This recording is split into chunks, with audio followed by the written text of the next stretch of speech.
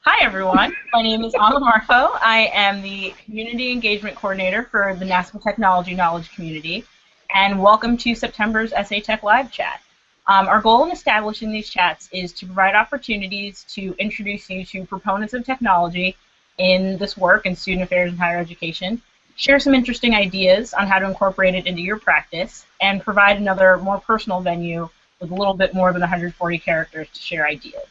So today's chat, as we promised, is about coalition building in student affairs. So we have with us today two professionals familiar with our work, although they're now operating in slightly different realms. So I'll give them a moment to introduce themselves, and then we'll get started with today's conversation. All right. Do I get to start? You. All right. My name is Eric Clark. I'm the assistant head of school at the Woodward School for Girls, located right here in beautiful Quincy, Massachusetts. I spent 6 years in higher education at Eastern Nazarene College, just about a mile down the street, most recently as the director of the Center for Academic Success. And I think in one of the prompting, you talked about our very first tech memory. I would say it would either be an Atari or Nintendo. Good stuff. Nice. Nice. So hi, I'm Trish Fontanilla. I'm currently the Director of Community at Startup Institute. I was most recently the VP of Community and Customer Experience at Vsnap. And then my higher ed days, I worked at Berklee College of Music in the Music Therapy Department and Emerson College in the New Pathways program. And my earliest memory is I actually had a website on Angel Fire, and it was a free website, and they gave you 35 kilobytes. And I had a Sailor Moon GIF on it, and after I put it on, I didn't know why I couldn't add anything else on there. And my brother was like, that's your 35 kilobytes. You can't have anything else on your web page. And that was like a pretty sad day for me. I was going to say, what do you do with 35 whole kilobytes? So there you go. I was really excited that it was free. So. Well, and I actually didn't share mine, but I remember around that same time period getting my first MP3 player, getting it to hold the entirety of the Linkin Park Hybrid Theory album, which was 11 songs. And that was a huge accomplishment because prior to that I could only get about 8 songs on it. So getting 11 and then eventually 12 was the biggest deal in the world. Amazing. All right, so to get us started, I want to ask a question that's a little bit bigger than technology, and then we'll kind of zero in on where we're going. So coalition building, what we're talking about, is about working well in a group. So when you're charged with working in a group, what role do you typically take? Which role is most natural to you? All right, I'll jump in there. I am sort of a connector of things and of ideas, so I sit back and try to think about what everyone else is sharing, what talents, what do they bring to the table, and try to figure out ways that they can integrate into this one project. And once I sort of take that overall assessment, I can then speak into and sort of shape the direction in which the group goes. Yeah, I think I would agree. It depends on how much insight I have with the people that are around the table, because then you know what talents and how to use them in different ways. I know that when I had asked for my promotion actually at Vsnap, it was because I had done every job that I knew that I was going to be hiring for in the future, and I think that leadership by example is super important for me. So when I do have a good insight of what everyone's talents are, that's great, but I'm also pretty comfortable sitting back if someone else wants to take the lead as well. I like that. I like that too. I think that fits really well with what we're talking about, and bringing you both on to talk about coalition building. Part of that is making those connections and being able to kind of find people to build a team well and finding ways for them to exist well together. So now that we have that in mind, Trish, let's talk a little bit about the work that you're doing now and have been doing. You have a higher ed background, but you've also done some work in the startup community, first in an actual startup and then helping other startups get what they need to be successful. So how essential is teamwork to the startup mindset? I think it's super important, even for folks. I know for Vsnap, I was actually the first employee, so my team for the first 6 months was me and the CEO. So really understanding who, again, is at the table. Timing is the absolute most important thing. Time is money, I think, for everyone, but especially to startup, because you're so limited in staff-wise, people just need to be super focused. And so getting to know folks and working well with them and have a good rapport with them helps you move faster as a team.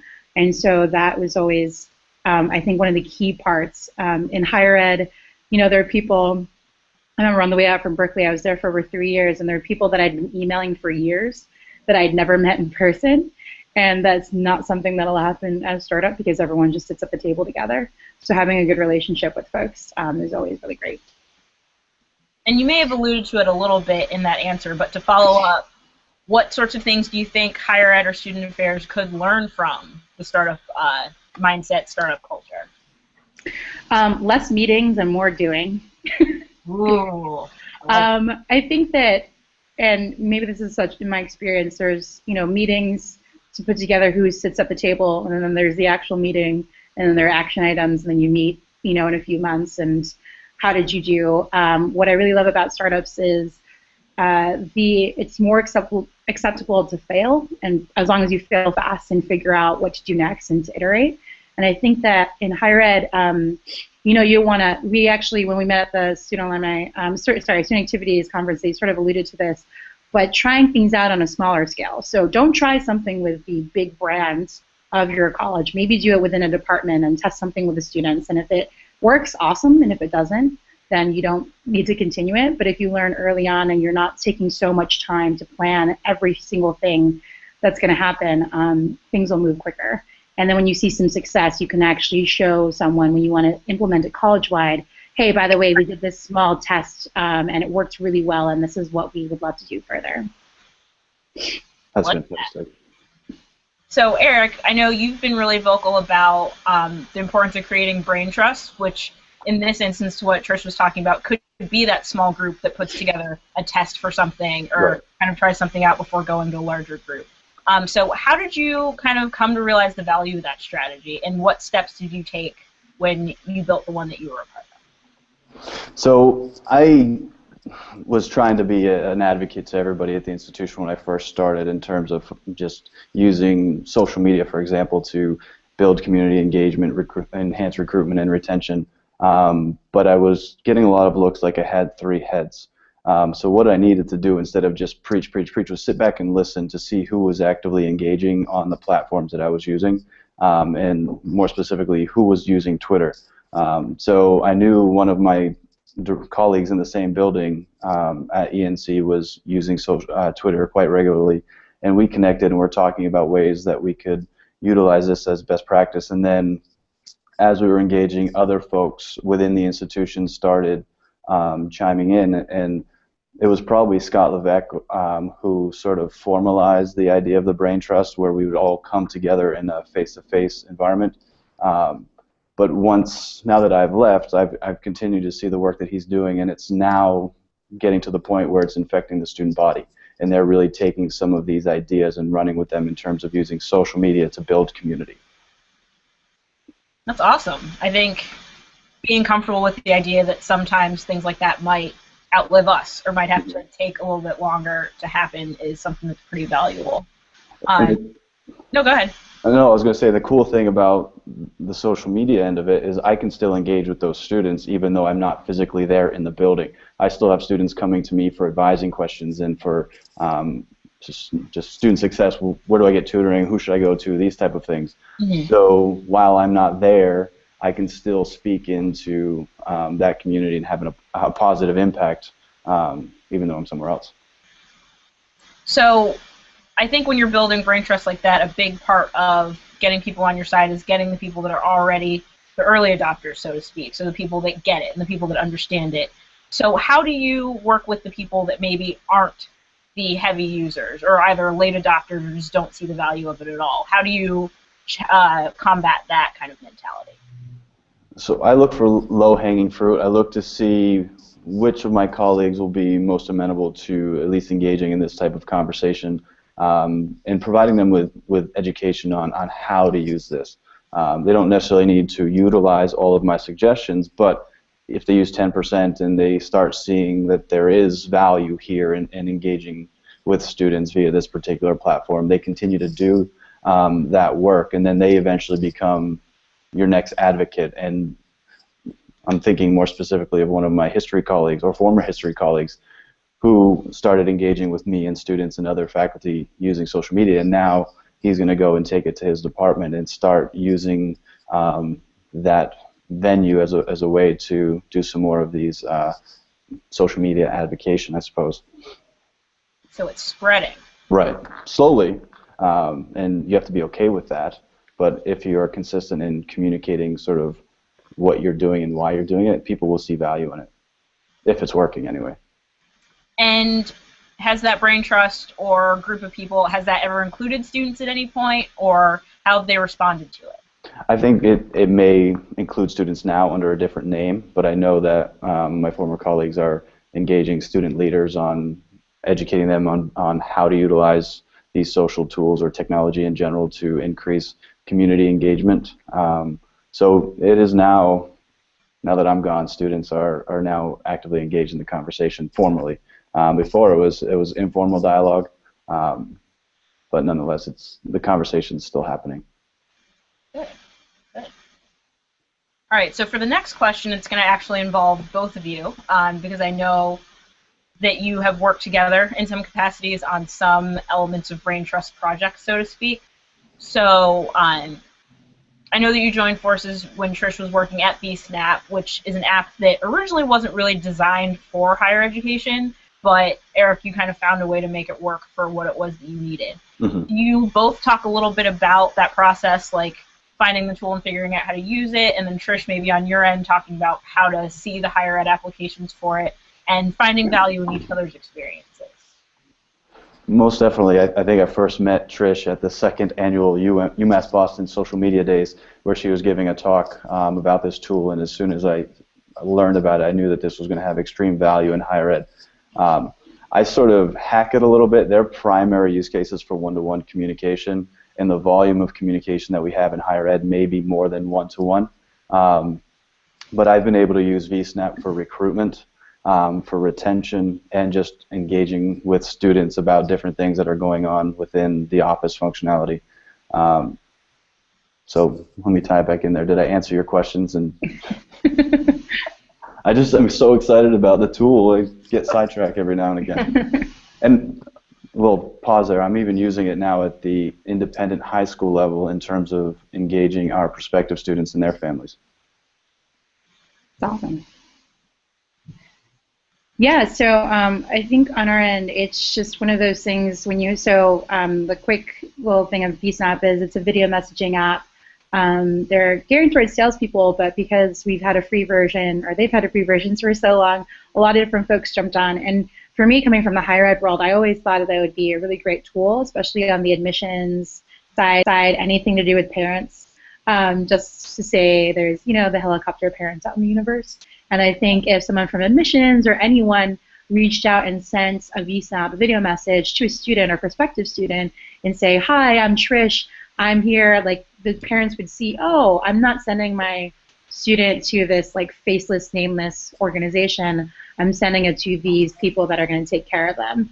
Because something that I've always, people out there in the business world say business to business, B2B, or business to consumer, B2C. And I'm like the hippie that says it's H2H, because we don't always, we don't bond with logos, we don't bond with buildings, but we do bond with our human beings. So sending videos out in the universe. So I've always been gunning for it. But the one thing they've seen out in the universe is an online education platform called Penn Foster saw a 34% increase in, they've said sales in the white paper, but it's obviously on sales and education. But what they would do is if someone called and had questions and they wanted to follow up with paperwork, one of the admissions folks would follow up and say, hey, it was really great to talk to you, Eric. Here's that information that we promised, and I hope you come to Penn Foster. And so they, in doing that and connecting, they got people to react to it, send emails back. The admissions folks felt great about it because they were connecting with people and taking time to recognize them as human beings again. So it was good for like the soul on their end, but also really great for the students, which when it's online education, like they're not connecting with people in person like traditional institutions. So it was really great for them to say like, oh wait, they actually care. They're sending me this one message. So I totally understand volume-wise, it probably wouldn't be great for everything, but I think when parents are involved, when there's a sensitive issue, and you want to show, tone, emotion, hey, I'm actually sympathetic, empathetic to your situation, or I'm really excited that you got in, I think it's a really great way to reach out to someone and let them know that you care. I love the human-to-human part that you said, because I think sometimes we kind of get lost in the tools or in the strategy and kind of lose where all of that information is ultimately going. And I know that when we've used Vsnap with students, sometimes it's just to send them a quick reminder for something. And I remember talking to a student about getting it after she had been getting regular form emails or other things like that, and she said, I kind of ran my mouse over it to see how long it was, and when I saw 1 second, I was okay with it.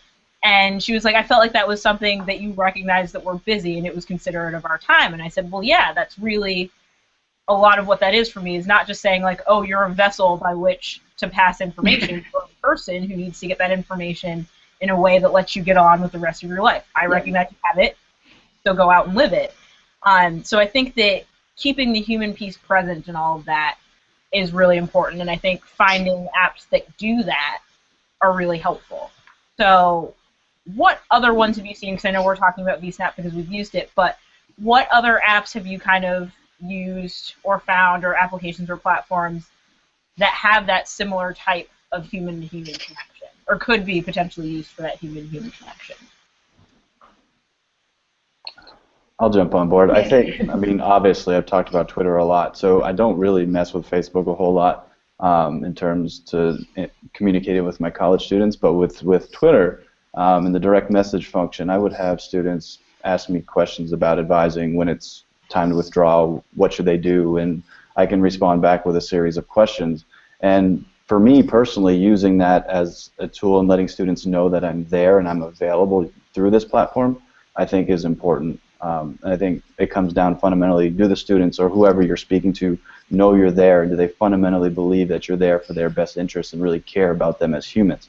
And it really doesn't matter what the platform is, as long as you're consistent with it, and your constituency or whomever knows you're there and are actively seeking you out. Yeah, something cool that Startup Institute actually did the other day was they had an alum of Startup Institute on Reddit for an AMA, so an Ask Me Anything. And I think that's really important as far as community goes. I think it's obviously really great when employees and professors and all those folks reach out, but it's really, if you're going to be that super connector, you want to connect them with, you know, especially students, like connect them with someone that's been through something that they are going through right now. And so, like, we can be as honest as possible and they can believe us, but it doesn't mean as much when one of their peers connects with them. Right. So something like that is really cool. You know, Startup Institute did it on Reddit, but you could do it. I've seen town halls on Facebook. Obviously, this is a Twitter chat component. So there's different places you can go. But like Eric said, you have to know where your audience is, and that can either be an informal poll with students, talking to them in person, sending them an email, and letting them know. Or with something like Reddit, you know, it's sending the ability, some people may not have the ability to have all the students' emails, so like shoot something out and say, hey, by the way, this is happening, but really going to where they are, because that's one of the technology fails, is people are like, oh, Snapchat's there, which I think has a lot of uses out there, but it requires you being friends with people on Snapchat. So maybe Instagram, you know, you can access those videos if you create Instagram videos without having an Instagram account. Okay, we'll go there because that's more accessible. So learning the rules instead of saying like, oh, this new shiny thing's here, let me go on it as soon as possible, is always really important. Yeah, I was thinking about that a little bit earlier today about like some newer platforms, and I think that it's really good to be aware of what platforms are rising up and where people may be going, but it's not really a value of us or a value to us until they get there. So having an account on a platform that no one's on isn't particularly helpful, whether it's too old to be in the vanguard or too new. So kind of having a good idea of where people are and what works best for where, how students are communicating and how they expect to be communicated with in that platform is really important. You should grab the username, though, so that no one goes on and grabs it and then starts talking like they're the brand, and that is bad news bears. That is a really good point. So it's always nice to get in there, see what it's about, yeah, in case it does become something that you end up utilizing fairly regularly. All right, so Eric, you are now in the K-12 realm, our very close sibling. Are you seeing some ways that higher education could partner effectively, where some of that coalition building could happen between K-12 and higher education, be it over tech or anything else, really? I think so, and there's so many different ways you could approach this question. I think of just purely a curricular standpoint in terms of different tech competencies and what are we educating our high school students to be prepared for, whether it be for utilizing specific communication tools or to equip them for online learning, which is something that I've been digging into a lot today. Because those are competencies that not all students have, and if we can partner with each other and us as, say, 6 through 12 institutions know what competencies are expected, we can then start speaking into that and educating our students. Also, with regards to admissions, recruitment, and communication, there are a lot more tools now that make it easier for us to communicate with different institutions as we help our students transition from high school to college, and utilizing that chain of communication, really having dialogue around what is going to make the college search more efficient and that transition most efficient. I think we're where we can start having those conversations. Great. So when you talk about that a little bit, where do you see issues of access play into that? Because I know sometimes we talk a little bit about what platforms or what media are available to certain students versus those that may not have access. Does that affect their ability to succeed, or how are you finding that K-12 is bridging that gap? I think just having access isn't necessarily enough, and if we just couch this in the context of these the massive open online courses phenomenon, I was mulling through some of the data, and there's like an average of 5 to 10% completion rate. And I think a lot of the skills needed to complete MOOCs successfully, like time management, organization, motivation, are all things that apply to online learning in general. So that is one area in which I think high school folks can really engage with their students and teach them about intentionality and mindfulness, and show them that these tools are available, but not just giving them access, but walking through the environment with them to ensure that they do everything that they need to do to learn the competencies to be successful. I think access is more than just, here you go, come and enter our institution. There's a lot of soft skills, I think, that need to be addressed and learned in order for true success to happen. Okay.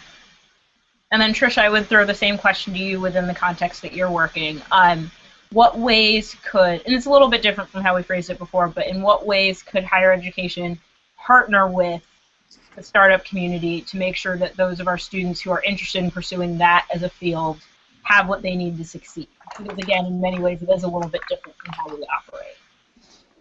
Yeah, I think one of the big things is actually showing that you're supportive of the stuff that's happening out there in the universe and other different events that are happening out there. Like Greenhorn Connect actually has a summit that is geared towards students, and so it connects them with venture capitalists. They get to meet other folks that are working in startups and all that kind of great stuff out there, and just either putting that in calendars or saying that you're going to sponsor. This one's about $15, but there are some conferences out there that are about startups that are $100. And so maybe having 1 or 2 scholarships for the students that are really interested in having student activities, or the entrepreneurship club or business club or something sponsor that, because I know money can sometimes run in interference with a lot of the stuff that's out there. Also pairing up with, there are a lot of startup accelerators and incubators on the universe, so places that startups go to grow their businesses. In Massachusetts, in particular in Boston, there's TechStars, actually where Startup Institute is located, and then there's Mass Challenge that has 125 startups in one space. I know I'll do like a little shout out to Shiva Mueller, who is a faculty member who was at Bunker Hill Community College. I think she might still be there. And she asked if I could just do a little class about how I got into startups. And I said, of course, and so she brought all of her students to the space. I did a little class about how I got into startups and other things that I've learned. And, now she can sort of tap me anytime she, needs to talk about things. And then sort of shameless plug, Startup Institute is doing a session during the January intersession that some schools have. It's a 3-week program just to gear them up for seniors, to gear them up to get ready to get jobs at startups. And so there's definitely little things out in the universe, and it's about accessibility, so finding ways to publish this stuff on events calendars saying that, hey, there's this pool of money for scholarships if you guys want to go to a conference, and just showing general support out in the universe, because a lot of the startup folks, one of my mottos is pay it forward. So there are a lot of people that helped me get here, and so I want to help and mentor and go back in the community as much as possible. And so pretty much the awesome thing about Boston, I think a lot of the startup clusters out there in the universe too, Chicago, New York, Austin, Denver, San Francisco, if you just ask, we're more than happy to try and make something happen. So any school that reaches out to me and has reached out to me from an accelerator there or student activities, I can't do it. I'm more than happy to connect them to someone else. So it's good when students do that themselves, but showing the college or the university doing it for them shows that, oh wait, they're actually invested in me learning and growing past this experience as well. Like, oh, what if I want to go work at a startup? So I think it's really great when there's some partnerships that can happen with folks like Startup Institute or with incubators, and just sort of searching out. And there's a ton of startup calendars out there too. So can I jump in and ask Trish a follow-up question? I don't want to steal your thunder.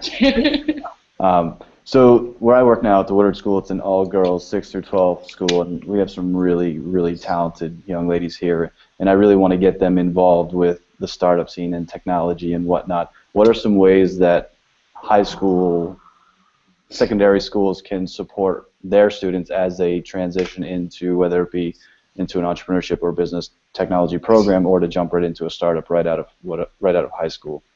Yeah, so one of the programs I actually work with is called Technovation Challenge. This is like totally not set up at all, which is pretty hilarious.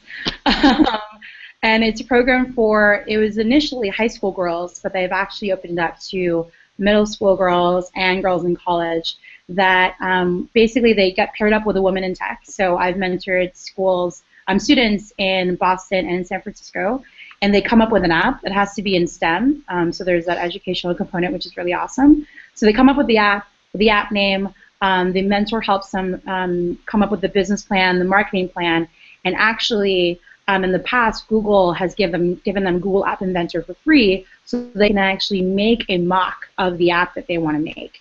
That's cool. It's very, very cool. I'm mentoring them, and I'm like, you're way cooler than I am. And they actually prep a presentation to pitch in front of investors, and it's global now. It used to just be national, and the winners regionally get to go to Twitter in San Francisco, pitch, and then you could be a 14-year-old girl that gets, a grant for X amount of money to help develop your app. Super, super awesome. And that's out of Iridescent Learning. They're a STEM education agency out on the West Coast, and so now it's global. So there's stuff like that. I can definitely tweet that out later and share that with Eric and with the folks in the chat. And I think it's really about asking just people to come in and say, like, and do little talks, because I've definitely done that for the Boston Science Academy, and I've gone out and talked about how I got here, because there are some students that are just so interested in it, and a lot of startuppers out in there have such great stories of how they, like, I was in education, and now I work, for technology startup. I mean, Startup Institute's a little more than Vsnap was video, but all the skills that you learn and be going out on your own. Like, I could have never imagined being the first employee at a company. Like, what is that? What? Like, that was never anything my parents ever talked about. And the Technovation girls, when I got my promotion, there was my mother, and it was the Technovation girls that were just as excited. And I think, everyone says, we need to have more women in tech, and what we really need to have is more girls in tech that grow into be those women in tech. And how do we give those tools, and how do we give back to them? So there's other women's organizations too, I think, in Boston that would, sort of help out. But it's about finding those really great partners, either in the technology. So I know Mass Challenge has a Women in Mass Challenge group. So I know a lot of those folks would be up for doing some mentorship. And then also, this is me going a little tangent slightly, redefining what mentorship is. Because I know when I first started doing Technovation, I was like, wait, what am I doing? Like, how can I mentor these girls? I don't have any experience. And they're like, they've never been at a startup, so what you know in the time that you've had is more than they know. And I'm like, oh, okay. So defining, what length of time, it ended up being an hour a week during the spring semester, which is totally doable. It wasn't, always going there to see them. So that just finding some folks that they can actually look up to and be like, oh wait, she looks like me. She's doing a leadership position in technology. That's awesome. And just even that, outside of the mentorship, I think is super helpful. That's very cool. And let me tie it into student affairs technology. And I think these conversations we're having are challenging a lot of sort of the fundamental ideas of education, and sort of we go to college, we get a job, we're there for 30, 40 years, and that's no longer the case. And I think reframing our conversations on campuses are important in career services and whatnot. So this has been quite enlightening. Thank you, Trish. Now back to you, Emma. Well, I think that's a really good point to make is if we are looking to build coalitions with other departments on campus, if we want to work with career services to bring things like this together, or if we want to work with the academic side to say these are things that are important, and really it could be about startup culture, it could be about tying together K-12 and higher ed, it could really be about anything, finding the tools, the tech tools, the human tools, anything that you need to make sure that those connections come together and that they stick and that they turn into meaningful initiatives are really important. So I think the question that I will leave you both with to answer for us is if you had one tip to share about how to build effective partnerships, effective groupings, effective brain trusts to kind of drive change, drive reimagining of things, what tip would you share? And it could be tech-based, it can be human-based, however you see that question. Trish, go ahead and start with that one. I was wondering what happened. I think something that is applicable to startup world, higher ed world, is figuring out what's a nice to have and what's a need to have. So there are a lot of these tools out there that are so awesome, they seem cool, and especially for techies like us, we're like all about it, but they're not solving a pain point that our organization currently has. And so no matter how cool, how awesome, how quick the thing is, if you're not really hitting a pain point that others, either you, your department, the school is really is at odds with, it's not going to be something that catches on. And finding that, and then it's the whole, like what I was talking about earlier, testing it out for yourself and seeing how it could be implemented. Because at the end of the day, it needs to get tied to revenue, which means either people's time, which is a lot of the time, or getting money in the bank. So I think that's something that I've always seen is people are like, this is really cool, let's do this because it ties all these things together. But the adoption rate is so low because it doesn't actually hit a pain point that people are looking to solve. Right on, and I'll tie into that. And finding that pain point is often the biggest issue because I have a very linear perspective of what I think the issues are and what are some possible solutions. And I think if we listen and really actively seek feedback from other people, we need to be humble in terms of how we deal with that feedback, because that assessment may force us to take a path completely different than what we initially intended, and it may cause us to have somebody else take the leadership role, and we have to be okay with that. Put the egos aside and listen and be humble if you really want to push the institution forward, whether it's higher ed, K-12, or startup. Being able to put the entity's best interests at heart as opposed to your own ego, I think, is really important.